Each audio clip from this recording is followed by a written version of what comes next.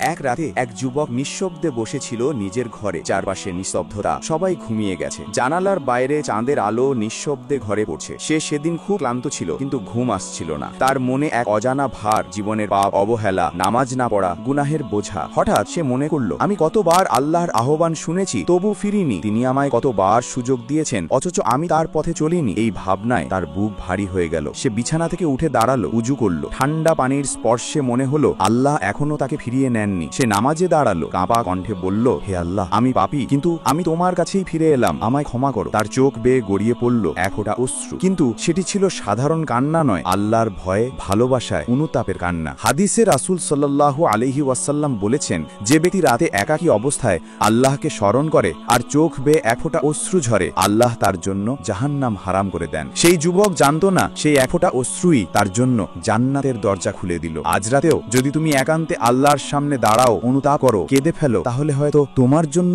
জান্নাতের দরজা খুলে যাবে।